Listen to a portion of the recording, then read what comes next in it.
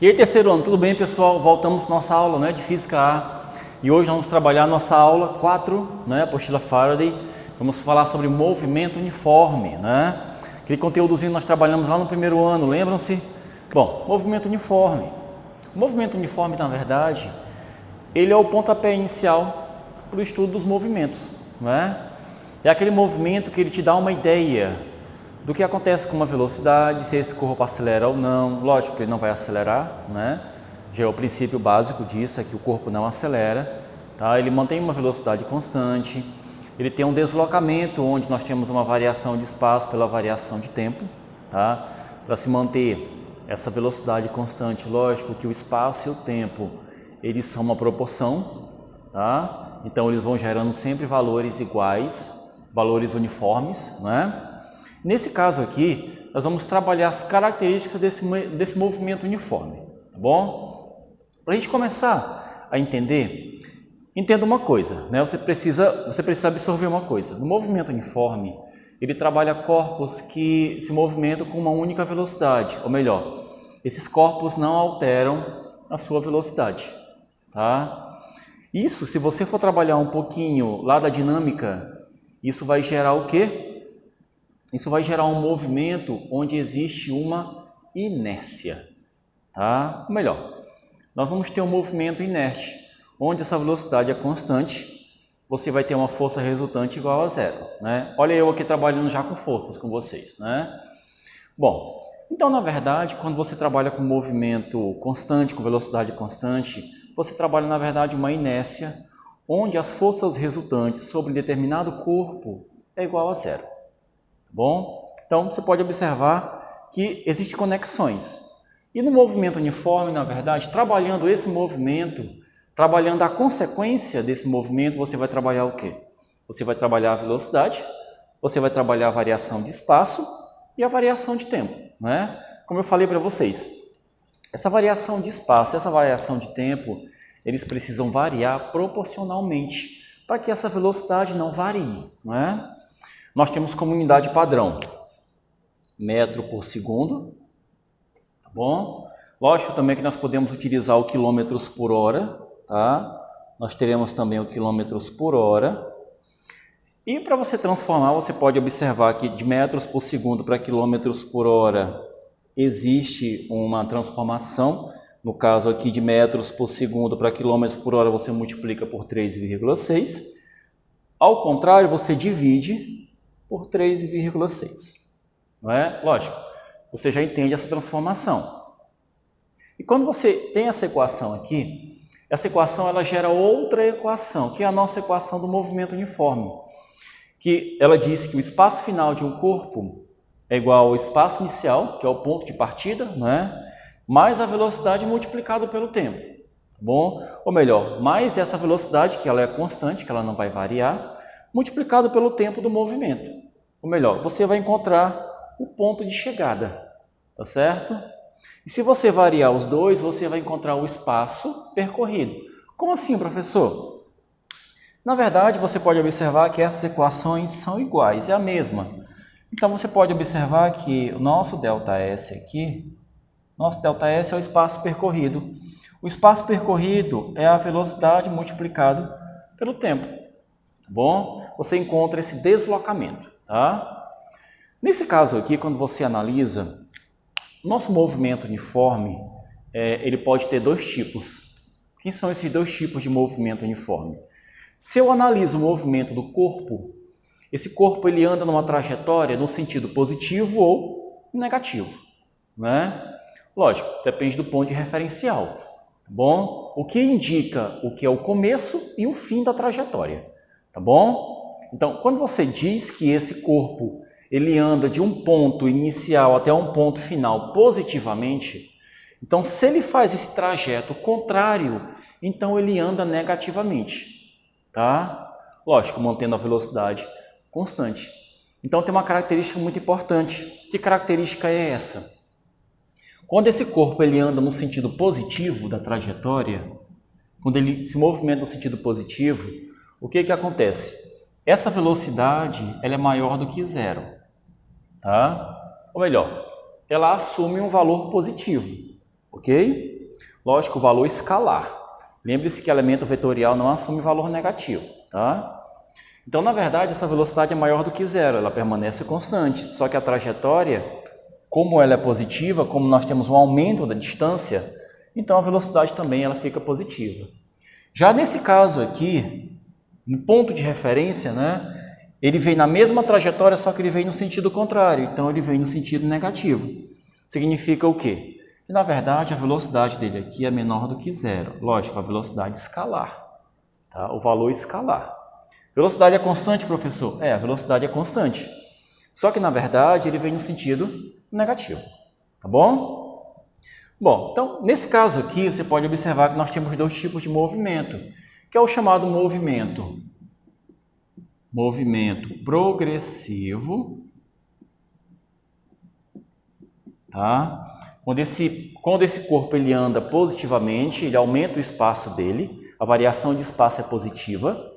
E aqui nesse caso nós temos o movimento retrógrado, tá?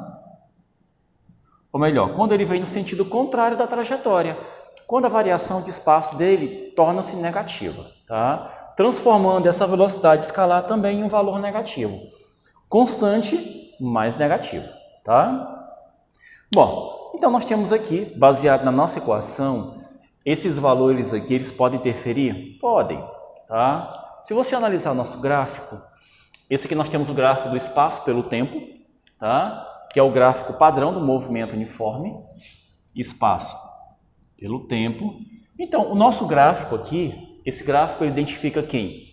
Ele identifica a nossa velocidade, tá? Então, por exemplo, esse gráfico aqui ele é crescente. Então, você pode observar que ele assume pontos, né? Na mesma linha, ou melhor, eles são colineares, esses pontos, eles assumem valores idênticos, tá? Então, por exemplo, o nosso espaço varia junto com o tempo. Existe uma variação positiva. Aqui nós temos o tempo inicial, o espaço inicial, tempo final, espaço final, né? Só que, na verdade, isso vai gerando valores iguais, tá bom?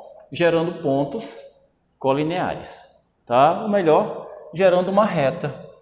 Significa o quê? Que essa velocidade ela é constante, tá bom? E como essa reta ela é crescente, então significa o quê? Que o nosso movimento aqui ele é progressivo. O que identifica o movimento progressivo na equação? O sinal, tá? Se você observa que uma equação tem o sinal positivo para a velocidade, então você pode perceber que o movimento aqui ele é progressivo, tá? Exemplo, S é igual a 100 mais 20t, tá bom? O que significa isso? Significa que o corpo saiu do ponto 100, tá? Que é o espaço inicial, que é o ponto de partida, e atingiu ou atingiu não. Ele tem uma velocidade constante de 20 metros por segundo, tá? Então, a cada segundo que eu coloco aqui, ele percorre o quê? Ele vai percorrer 20 metros a mais. Então, ele vai para 120, 140, 160, ou melhor, ele vai aumentando de 20 em 20 metros, tá bom? Nesse caso aqui, nós temos um movimento retrógrado. O que identifica esse movimento retrógrado? Primeiro, no gráfico. O gráfico ele é decrescente. Então, você pode observar que o tempo, aqui nós temos o tempo inicial e o espaço inicial aqui, olha, tá? Então, o S1, que é o espaço final, você pode observar que o espaço está diminuindo, só que o tempo ele sempre aumenta. O tempo não volta, o tempo não diminui, ele não fica negativo, tá? Então, você pode observar que a cada variação do espaço, lógico, variação negativa, porque as distâncias vão diminuindo, esse tempo ele vai aumentando, tá bom? E como esse tempo vai aumentando, você pode observar que o que determina essa velocidade negativa é essa variação de espaço negativa, ok? Então, o que acontece? O sinal aqui na equação fica negativo. Essa é a característica, tá bom? Exemplo, S é igual a 100 menos 20t, tá bom? Então significa o quê? Significa que esse mesmo indivíduo aqui, ele está voltando. Ele vai sair do ponto 100, que é o espaço inicial dele, só que a cada segundo ele vai diminuindo, tá bom? Esse espaço. Não que ele vá diminuindo, ele vai no sentido contrário. Ele vai para, no primeiro segundo, ele vai para o espaço 80, né? Para o ponto 80. No segundo segundo, ele vai para 60 e assim por diante, né? Até que ele zere e fique com uma variação negativa também de espaço. Então significa o quê? Você pode observar que aqui nós temos o movimento progressivo e o movimento retrógrado, que na verdade eles são nossos movimentos uniformes, só que um sentido positivo, outro sentido negativo, tá bom? Para a gente poder fixar essa ideia melhor, nós vamos resolver as nossas questões que estão justamente na apostila, tá bom? Nossa primeira questão, ela fala o seguinte, ela está aqui na sua apostila e ela está na página 333, é a nossa primeira questão. Ela fala o seguinte, eu coloquei o nosso gráfico aqui para que a gente possa interpretar melhor. Pedro e Paulo diariamente usam bicicletas para ir ao colégio. O gráfico abaixo mostra como ambos percorreram a distância até o colégio, em função do tempo, em certo dia, né? Então nós temos o gráfico ali que representa o Pedro e o Paulo. O Pedro é o de azul e o Paulo ali é o de vermelho, tá bom? A questão fala o seguinte, com base no gráfico, indique quais afirmações a seguir estão corretas. Nós temos aqui 5 afirmações. Bom, a primeira afirmação fala o seguinte. Primeira afirmação. Entre 0 e 100 segundos, o movimento de Pedro é uniforme, né?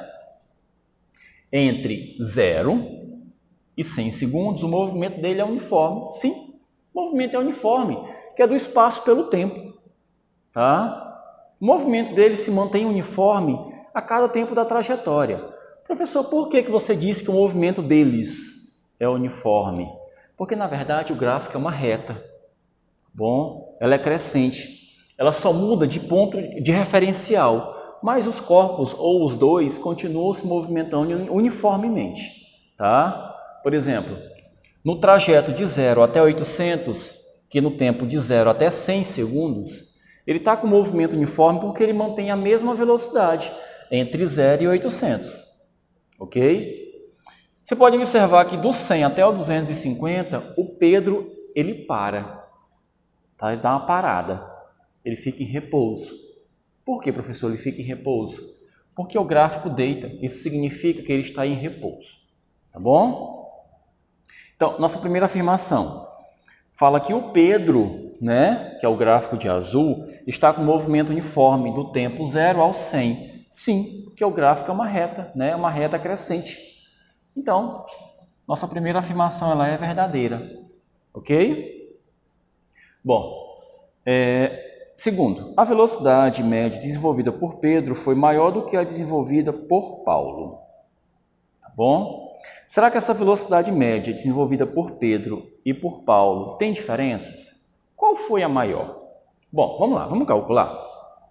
Bom, o segundo item, eu vou calcular a velocidade média, que é o espaço total pelo tempo total, né?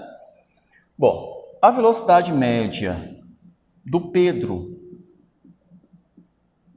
bom, nós temos aqui a velocidade do Pedro. Bom, o Pedro, ele percorreu 1.600 metros em 600 segundos, né? Aliás, ele percorreu 1.600 metros em 500 segundos, né? Levou um tempinho menor, em 500 segundos, ok? O tempo total, a trajetória 1.600, o tempo total 500, tá bom? Vou cortar os zeros, isso aqui vai ficar 16 dividido por 5, ok? Isso aqui vai dar 3,2 metros por segundo, tá bom? A trajetória de Paulo é um pouquinho diferente, tá?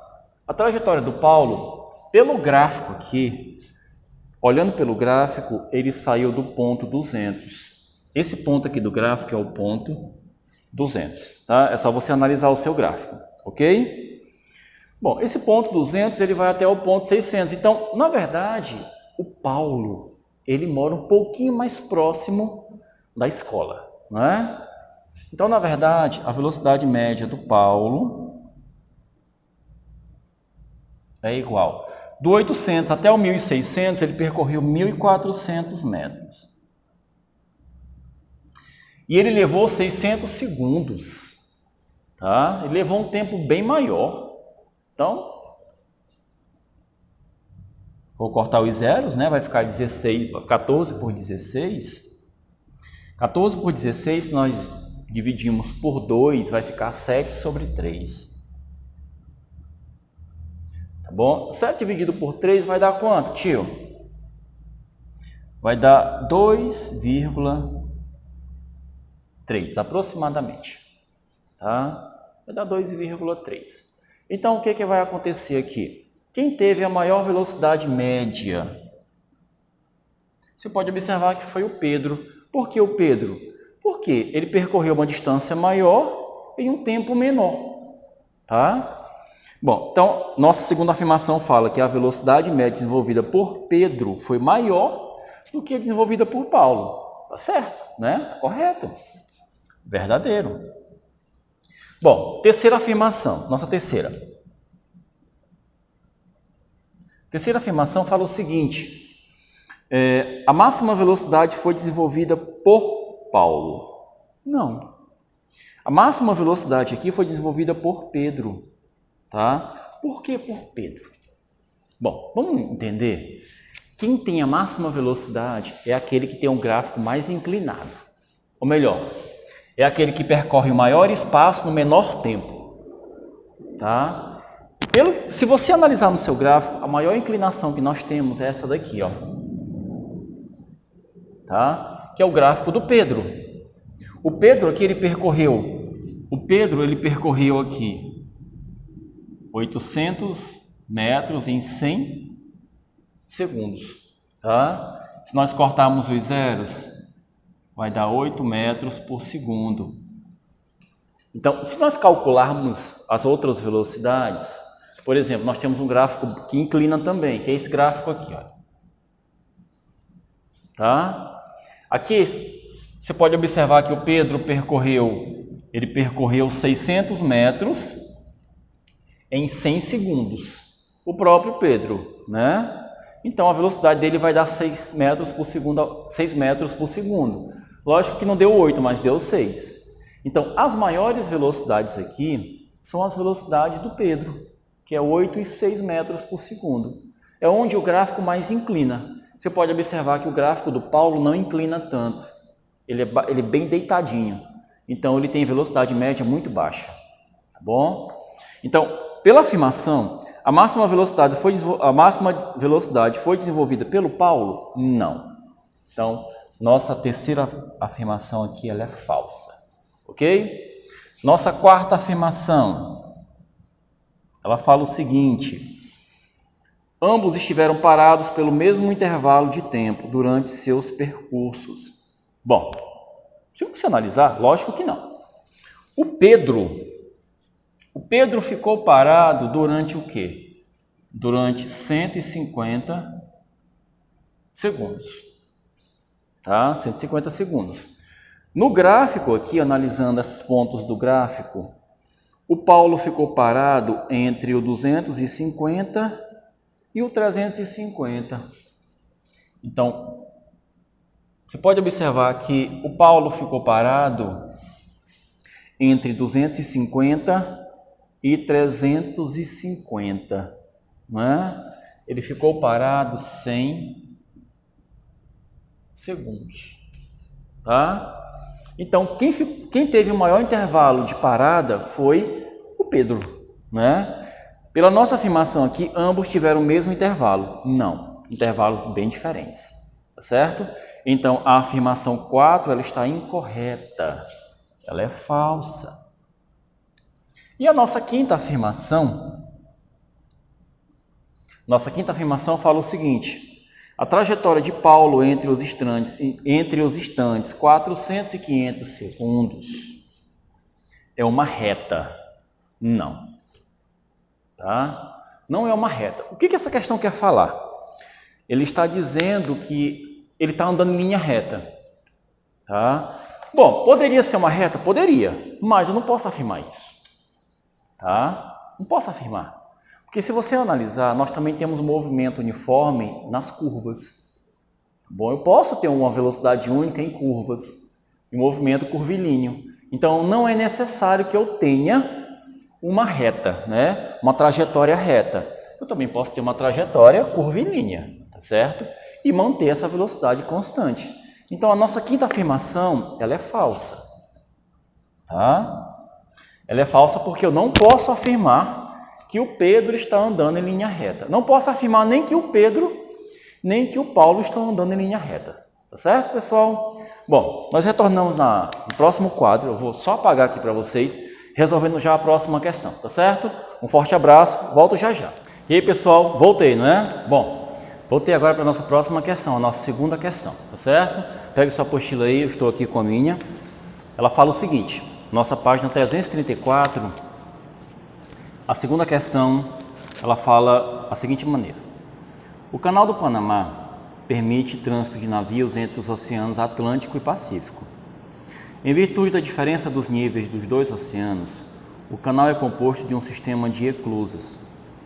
Quando um navio entra em uma das eclusas, cujo comprimento é 430 metros, ele é puxado por um cabo até chegar ao meio do percurso, isto é, até ficar equidistante das duas comportas. Lógico, ele entra e fica entre as duas comportas, né? Fica bem no ponto médio. Nesse momento, o navio para e espera o funcionamento das eclusas. Admitindo que um navio de carga carrega cerca de 15.000 contêineres, tenha comprimento de 300 metros, que a velocidade com que é puxado até a sua posição final é constante e vale 5 metros por segundo. Lógico. Eu vou puxar, né? Eu vou puxar esse container, ok? Com uma velocidade de 5 metros por segundo. Tá bom? Aí ele fala o seguinte: o intervalo de tempo que dura o movimento do navio desde a sua entrada no canal até o momento em que ele para. Tá? Ele quer saber só o tempo. Bom, professor, eu quero calcular o tempo, mas eu preciso do espaço. Eu sei que o nosso espaço total aqui, ele é 430 metros, que na verdade é o comprimento do canal, né? O nosso navio ele fica aqui aguardando a entrada, tá bom? Você vai contar com esse movimento, só que você conta com o início do navio, tá? O primeiro extremo dele. É como um trem atravessando uma ponte, tá? Você só pode contar com a entrada e com a saída do trem, dessa ponte, encerrando o movimento quando o corpo do trem sai totalmente da ponte, tá certo? Então, às vezes o trem é maior do que a própria ponte, mas você só vai determinar, ou só vai finalizar o movimento quando todo o corpo dele sai dessa ponte. A mesma coisa acontece aqui. Esse navio eu preciso calcular o espaço que ele vai percorrer, porque para que eu possa calcular o ΔT, que é o tempo, eu preciso o quê? Do espaço percorrido, ok? Bom, ele para bem no meio da trajetória. Então, eu sei que o primeiro espaço percorrido que é o espaço 1, é 215 metros. Né? Se ele para bem no meio, então ele percorreu o quê? Você pode observar que ele percorreu aqui, olha, 215 metros. Né? Só que se você observar, do ponto médio até a entrada dele aqui, ó, essa parte dele já andou. Né? Você tem que contar com o primeiro extremo dele, que é esse extremo aqui, olha. Então, na verdade, percorreu o quê? 215. Se ele está na metade, ele percorreu o quê? Ele percorreu mais 150 metros. Então, o espaço 2, eu vou chamar de espaço 2. É 150 metros.